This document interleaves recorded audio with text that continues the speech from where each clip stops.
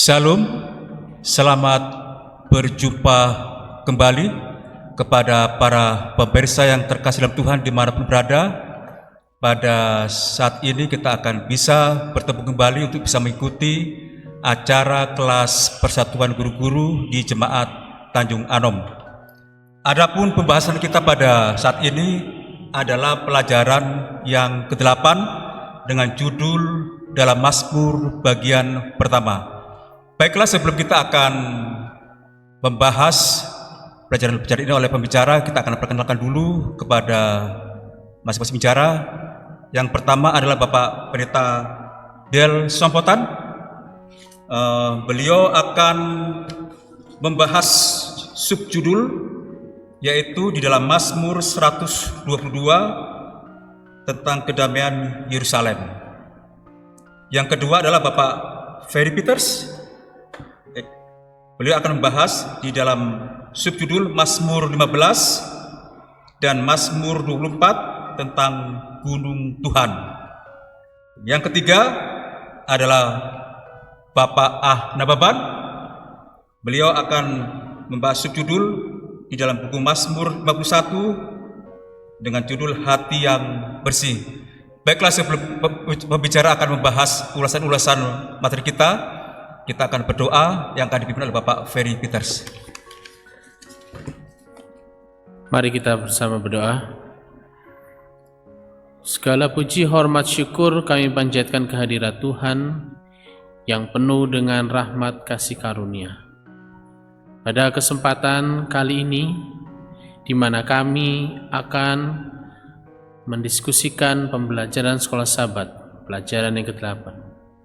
Kiranya Tuhan terlebih dahulu boleh mencurahkan Roh Kudus, sehingga dengan demikian apa yang akan disampaikan, apa yang akan dibicarakan, ini semua akan menjadi satu berkat buat kami dan semua pemirsa yang mendengarkan. Menyertai diskusi ini ya Tuhan, dari awal hingga akhir. Di dalam nama Yesus Tuhan, Juru Selamat kami. Amin. Amin. Terima kasih Pak Ferry Peters untuk doanya kepada pemirsa dan kepada kita semuanya. Semoga ulasan-ulasan yang kita sampaikan memberikan hikmat kepada masing-masing kita. Amin. Tadi sudah saya sampaikan bahwa pembahasan kita adalah di dalam buku Mazmur bagian pertama. Perlu digarisbawahi adalah sebagai orang Advent, yaitu masa Advent ke-7, kita terbiasa mencari simbol-simbol wahyu dalam cerita-cerita perjanjian lama untuk membantu kita memahami simbol-simbol itu. Salah satu sumber informasi yang sangat kaya adalah di dalam kitab Mazmur, yaitu mengenai kumpulan puisi sakral yang mengeksplorasi banyak pengalaman manusia dan kemungkinan interaksi dengan Allah, mulai dari kesedihan atas dosa-dosa dan penderitaan hingga kegembiraan yang tidak kita harapkan, dan janji-janjinya yang berulang-ulang untuk pengampunan dan keselamatan bagi kita semua. Baiklah, kita akan mendengarkan pengulasan daripada Bapak Dila Sompotan yang membahas tentang Mazmur 122, yaitu kedamaian Yerusalem. Waktu dan tempat diberikan. Baik, terima kasih Pak Ulet. Pelajaran kita pada sepanjang pekan ini diawali dengan Mazmur 122 yang berbicara menyangkut kedamaian dari Yerusalem. Kalau kita lihat di dalam Mazmur 122, maka kita dapat menemukan di sana ada 9 ayat yang membahas khusus tentang kesejahteraan kota Yerusalem, yang mana oleh penulis ini doa untuk sejahtera bagi Yerusalem ini menjadi sangat penting. Kita lihat di dalam ayatnya yang pertama, nyanyian siara Daud, aku bersukacita ketika dikatakan orang kepadaku, mari kita pergi ke rumah Tuhan. Di dalam pelajaran sekolah Sabat kita, rumah Tuhan meskipun tidak secara harafiah pergi ke rumah Tuhan di dunia, tidak ada di sana, bahkan jika dibangun di tempat yang sama itu tidak ada artinya. Artinya Tuhan harus hadir di sana. Kehadiran Tuhan melebihi daripada bangunan fisik yang ada. Kita harus memastikan bahwa Tuhan hadir di sana untuk memperoleh rasa damai bagi orang-orang yang beribadah di rumah Tuhan. Sekarang kami berdiri di depan pintu gerbangmu, hai Yerusalem. Hai Yerusalem yang telah didirikan sebagai kota yang bersambung rapat, kemana suku-suku bersiara, yakni suku-suku Tuhan, untuk bersyukur kepada nama Tuhan sesuai peraturan bagi Israel. Salah satu poin penting daripada orang yang memiliki kesejahteraan di dalam doa yang disampaikan oleh Mazmur 122 ini adalah orang itu bersyukur kepada Tuhan. Jadi sejahtera itu erat kaitannya dengan rasa syukur. Orang yang sejahtera adalah orang yang gemar bersyukur atau selalu bersyukur setiap waktu. Sebab di sanalah ditaruh kursi-kursi pengadilan, kursi-kursi milik keluarga Raja Daud. Berdoalah untuk kesejahteraan Yerusalem. Biarlah orang-orang yang mencintaimu mendapat sentosa. Biarlah kesejahteraan ada di lingkungan tembokmu dan sentosa di dalam purimu. Oleh karena saudara-saudaraku dan teman-temanku, aku hendak mengucapkan semoga kesejahteraan ada di dalam. Di mana saja kita pergi, aplikasinya di mana saja kita berada, ucapkan kata-kata berkat bagi orang yang ada di sekitar kita, terutama mungkin keluarga kita, lalu kemudian meluas kepada orang-orang yang lain. Ucapkan kata-kata berkat, doakan kesejahteraan mereka. Oleh karena Tuhan Allah kita, aku hendak mencari kebaikan bagimu. Allah kita Maha Kuasa, Dia menyediakan damai sejahtera, Dia menyediakan kesejahteraan. Doa untuk kesejahteraan sangat penting bagi setiap manusia. Oleh karena itu kita harus saling mendoakan demi kesejahteraan kita bersama. Saya kira ini pelajaran yang mungkin pertama dari pelajaran sekolah sahabat kita sepanjang pekan ini yang boleh kami sampaikan dari Mazmur 122. Terima kasih, luar biasa ulasan daripada Pendeta Diri Sompotan. Bagaimana bila mana kita selalu dekat kepada Tuhan, Tuhan akan berikan kedamaian, kesejahteraan terlebih pada umat-umat Tuhan. Terima kasih Pendeta. Baik, selanjutnya kita akan mendengarkan ulasan daripada Bapak Ferry Peters yang akan membahas Mazmur 15 dan Mazmur 24, yaitu Gunung Tuhan. Waktu dan tempat diberikan. Baik, terima kasih Pak Ulet. Jadi memang Raja Daud memiliki satu tulisan yang luar biasa di kitab Mazmur, dan di dalam kitab Mazmur banyak sekali tulisan-tulisan Raja Daud yang menggambarkan bahwa dia selalu berlindung di gunung Tuhan, atau sering disebut sebagai Gunung Sion, gunung batu perlindunganku. Mengapa ini menjadi identik dengan Raja Daud? Kita ketahui bahwa memang pada saat itu gunung merupakan satu tempat perlindungan yang paling aman bagi bangsa Israel atau bagi bangsa-bangsa sekitar. Kemudian kalau kita perhatikan, tempat yang paling tinggi, tempat yang paling aman itu adalah gunung. Dan kalau kita lihat di dalam Alkitab, ada beberapa gunung di mana Tuhan hadir bertemu dengan umatnya. Sebut saja Gunung Sinai, sebut saja Gunung Nebo, atau Gunung Moria. Dan pada saat kita mempelajari Mazmur 15 dan Mazmur 24 ini, ada dua pelajaran penting yang Raja Daud ingin sampaikan kepada kita semua. Pelajaran yang pertama terdapat di dalam Mazmur pasalnya yang ke-15. Kalau kita baca secara keseluruhan, dikatakan siapa yang boleh datang kepada Tuhan. Jadi di Mazmur 15 ini menjelaskan siapa yang bisa datang berlindung di gunung tersebut. Tentunya adalah mereka yang berlaku tidak bercela di ayat yang kedua, yang melakukan apa yang adil dan yang mengatakan kebenaran dengan segenap hatinya. Kalau kita lihat, manusia tidak ada yang tidak bercela, semuanya pasti bercela. Lalu bagaimana supaya kita menjadi tidak bercela?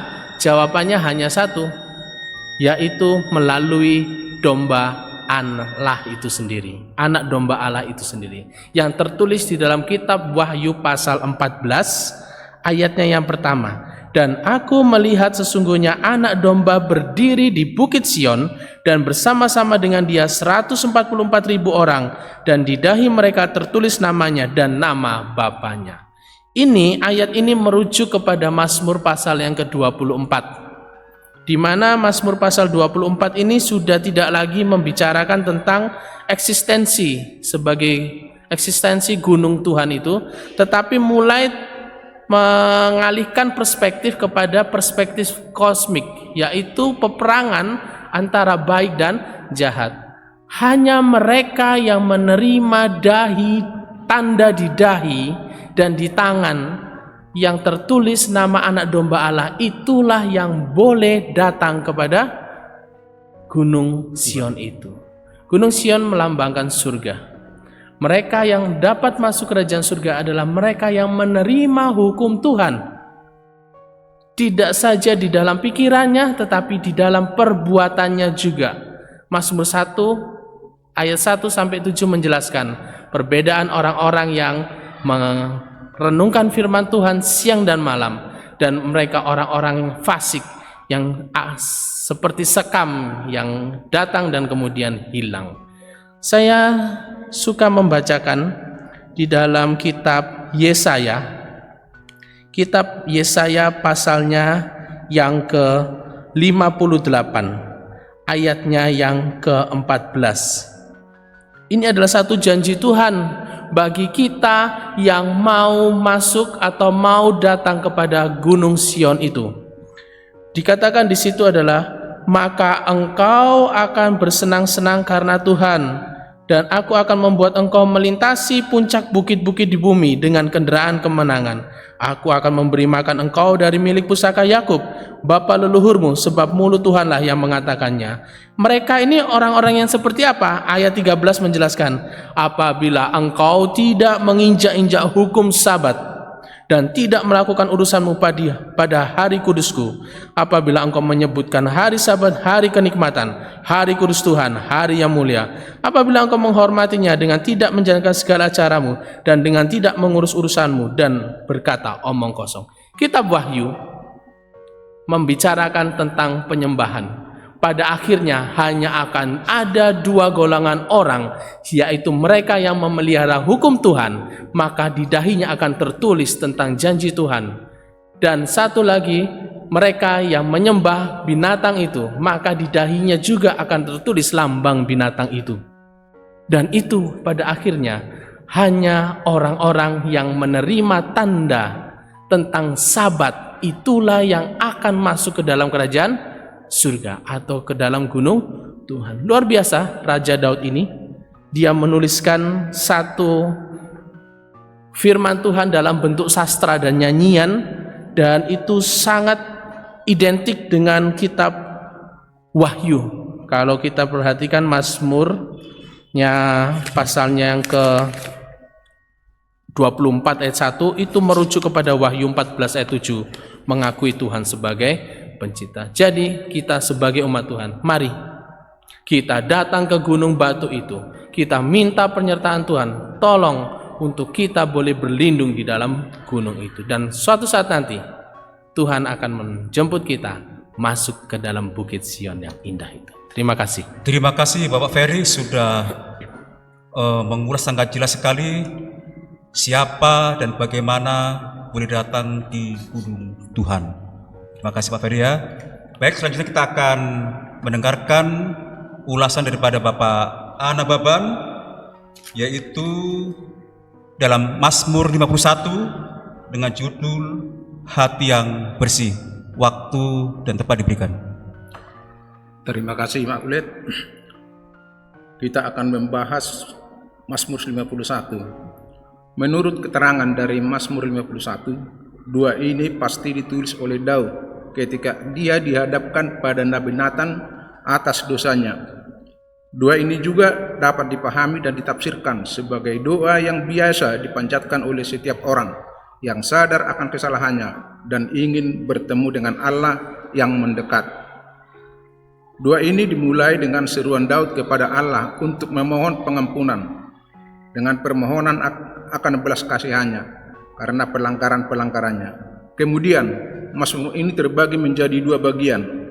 Bagian pertama dari Mazmur ini yaitu Mazmur 51 ayat 1 sampai 11 adalah permohonan kepada Allah untuk menghapus pelanggarannya yang memisahkannya dari Allah. Allah digambarkan di sini sebagai penyayang, Allah kebenaran, dan menyembunyikan wajahnya. Dosa itu juga besar dan mendalam sehingga semua kata untuk dosa digunakan untuk menunjukkan dosa, pelanggaran, dan kesalahan.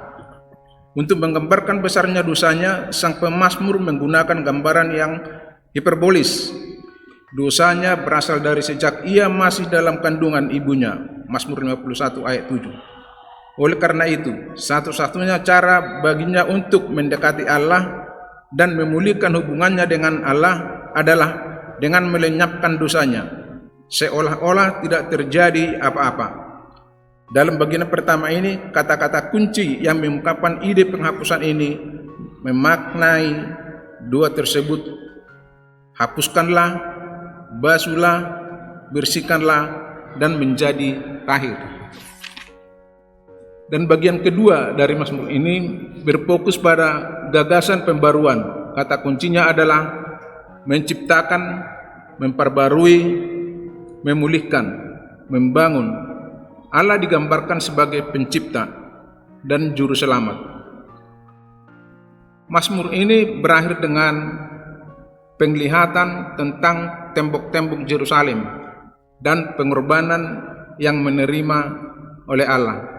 Kira-kira demikianlah penjelasan dari Mazmur 51. Terima kasih. Baik, terima kasih Bapak Anababan sudah mengulas Mazmur 51 mengenai hati yang bersih. Tadi sudah sekali ulasan-ulasan dari Bapak Pendeta Desompotan, Bapak Ferry, dan Bapak Anababan. Dari ulasan-ulasan ini ada terbesit kepada saya Bapak. Boleh kita bertanya Pak ya?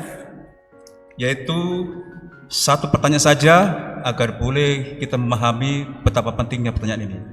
Yaitu, apa arti seruan pemazmur untuk berdoa bagi kedamaian Yerusalem? Bagi kita saat ini, apa yang harus kita lakukan untuk mencapainya? Silakan Pak Pendeta. Baik, terima kasih Pak Ulet untuk pertanyaan yang sangat menarik untuk kita bisa jawab. Yaitu kita perlu ketahui bahwa seruan dari pemazmur untuk berdoa bagi perdamaian Yerusalem bagi kita saat ini, pelajarannya adalah sebuah panggilan sebenarnya untuk kesejahteraan dari kota dan penduduk kota yang ada di dalamnya. Jadi berkaca dari pengalaman atau dari doa untuk kesejahteraan kota Yerusalem ini, Yerusalem di waktu itu sebagai pusat kota, ibu kota, satu kota yang juga adalah pusat penyembahan, pusat pengharapan. Orang datang mencari Tuhan, menyembah Tuhan di sana. Ini juga merupakan sebuah kota yang mana mempersatukan umat-umat Tuhan dari berbagai-bagai tempat di waktu itu. Dan ketika mereka datang bersama-sama, satu hal dalam pokok doa mereka itu untuk mensejahterakan kehidupan mereka bersama. Bagi kita saat ini, apa yang dapat kita lakukan untuk berkaca dari pengalaman ini sebagai aplikasi dalam kehidupan kita? Pemirsa yang dikasihi Tuhan Yesus Kristus, saat ini mari kita berusaha untuk memelihara rasa damai di lingkungan di mana kita berada. Dalam keluarga kita, dalam jemaat, di masyarakat, di tempat kerja, usahakanlah ada kedamaian atau rasa damai aman di sana. Lalu yang kedua adalah berfokus pada persatuan, kasih sayang, dan tentunya keadilan. Ketika kita berfokus kepada persatuan ini, maka hal-hal yang mencerai-beraikan kita, hal-hal yang merusak persatuan itu otomatis akan kita tinggalkan.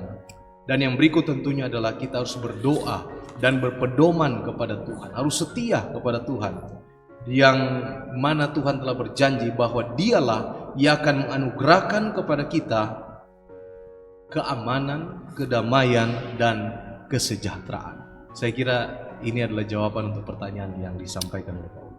Luar biasa, bila mana masing-masing kita seperti sebagaimana yang dijelaskan oleh Pak Pendeta, tentunya betapa indahnya hidup ini, ya, bersama dengan umat-umat Tuhan, ada rasa damai, rasa persatuan di dalam kasih Tuhan Yesus. Baik, tadi kita sudah mendengarkan ulasan dan jawaban pertanyaan oleh Pendeta Daus Sompotan. Mungkin di sini Pendeta Daus Sompotan ada memberikan suatu kesimpulan dari pelajaran kita ini? Saya kira sebagai kesimpulan dari pelajaran sekolah sahabat kita yang pertama ini dalam membahas kitab Mazmur, sebagaimana di dalam ayat hafalan disampaikan, dan aku melihat sesungguhnya anak domba Allah berdiri di bukit Sion, dan bersama-sama dengan dia ada 144.000 orang, dan di dahi mereka tertulis namanya dan nama Bapanya. Memang masih ada simbol-simbol di dalam kitab Wahyu sudah pasti, tetapi lewat pelajaran sepanjang pekan ini kita kembali diingatkan bahwa ada Tuhan sebagai imam besar kita, yang mana dia berdiri di Gunung Sion. Di dalam Wahyu 14 kita menemukan bahwa umat Allah juga berdiri di Gunung Sion, di mana kita akan menerima anugerah keselamatan yang Tuhan berikan. Dan kita sudah melihat juga bahwa hukum itu harus ada di dalam hati kita. Sebagai orang-orang yang menjadi umat Tuhan, hukum itu bukan hanya di mulut saja, tapi harus sampai ke dalam hati kita. Artinya kita terapkan itu memang betul-betul berasal dari hati kita. Dan satu karya besar yang Daud sampaikan di dalam Mazmur pasalnya yang kelima, lalu Mazmur 122, lalu beberapa ayat-ayat yang lain menyampaikan kepada kita bahwa sangat penting untuk kita takut akan Tuhan, kita memelihara rasa damai di mana saja kita berada sampai Maranatha itu tiba, Tuhan datang menyelamatkan kita masuk ke dalam kerajaan sorga. Kita ajarkan hal-hal yang benar, mengajarkan jalan Tuhan kepada sesama kita dalam gereja, juga kepada orang-orang yang melanggar, kita tetap ajarkan jalan-jalan Tuhan kepada mereka. Kalau kita membaca kitab-kitab Mazmur ini, yang ditulis di dalam Mazmur ini, maka kita dapat memberikan satu kesimpulan bahwa apa yang disampaikan oleh Ellen White di dalam Alfa Omega jilid 2 halaman 430-431, aku telah bersumpah kepada Daud hambaku, maka tanganku tetap dengan dia, bahkan lenganku meneguhkan dia, kesetiaanku dan kasihku menyertai dia, dan oleh karena namaku tanduknya akan meninggi, aku akan membuat tangannya menguasai laut dan tangan kanannya menguasai sungai-sungai, dan dia pun akan berseru kepadaku, Bapakku, engkau Allahku, gunung batu keselamatanku. Aku pun akan mengangkat dia menjadi anak sulung, menjadi yang maha tinggi di antara raja-raja di bumi. Aku akan memelihara kasih setianya bagi dia untuk selama-lamanya, perjanjianku teguh bagi dia.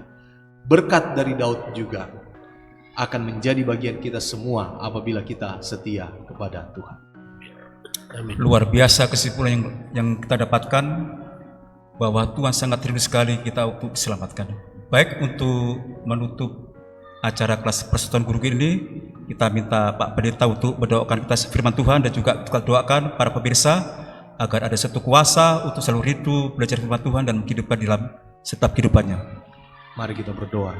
Terima kasih ya Tuhan untuk pelajaran sekolah sahabat yang telah kami pelajari bersama-sama.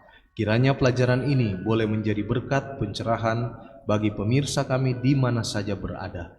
Berkati pemirsa kami, diberkati di dalam kehidupan mereka, rumah tangga, pekerjaan, pelayanan, semuanya di dalam tangan Tuhan kami serahkan. Biarlah berkat kesejahteraan, kesetiaan, rasa damai dan aman menjadi bagian seluruh pemirsa kami dan kami semua. Ini doa kami, berkati kami yang telah mengambil bagian, dalam nama Yesus kami berdoa. Amin. Amin. Para pemirsa yang budiman dimanapun berada, sampai di sini pengulasan pelajaran kita yang ke-8. Semoga menjadi berkat bagi masing-masing kita. Nama Tuhan dipuji dan dimuliakan. Maranatha, Tuhan memberkati.